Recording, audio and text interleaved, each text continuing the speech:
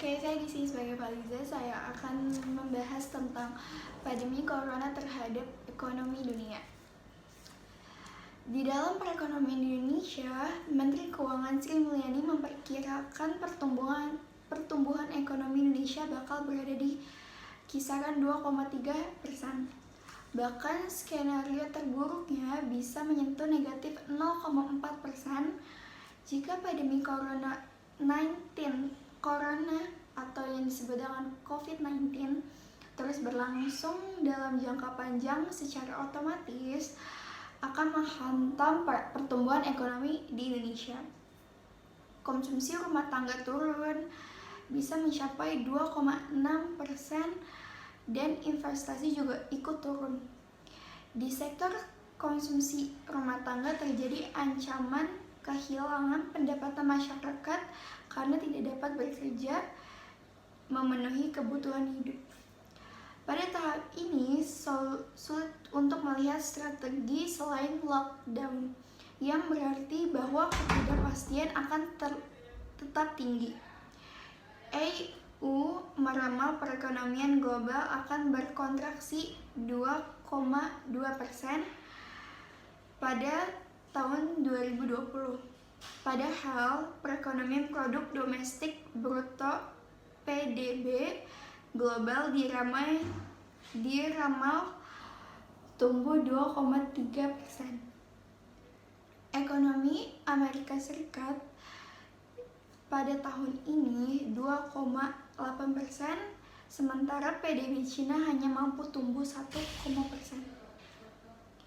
Gambaran ekonomi global tampak suram dan resesi terjadi di hampir setiap ekonomi maju di seluruh dunia. Saya akan bacakan beberapa pertumbuhan PDB sebelum wabah corona dan setelah wabah corona dari berbagai dunia. Dari negara Argentina, pertumbuhan PDB sebelum wabah corona yaitu minus 2,0%, setelah pertumbuhan PDB 2020 minus 6,7%. Australia, pertumbuhan sebelum wabah 2,0%, pertumbuhan PDB 2020 minus 0,4%. Di Brazil, pertumbuhan PDB sebelum wabah yaitu 2,4%, setelah PDB 2020 yaitu minus 5,5%. Di Kanada, pertumbuhan sebelum wabah itu 1,8%, dan pertumbuhan PDB 2020 minus 1,3%. Di China, itu pertumbuhan PDB sebelum wabah yaitu 5,9%, dan pertumbuhan saat wabah di 2020 yaitu 1,%. Di Prancis, pertumbuhan sebelum wabah itu 1,0%, dan pertumbuhan PDB 2020 minus 5,0%.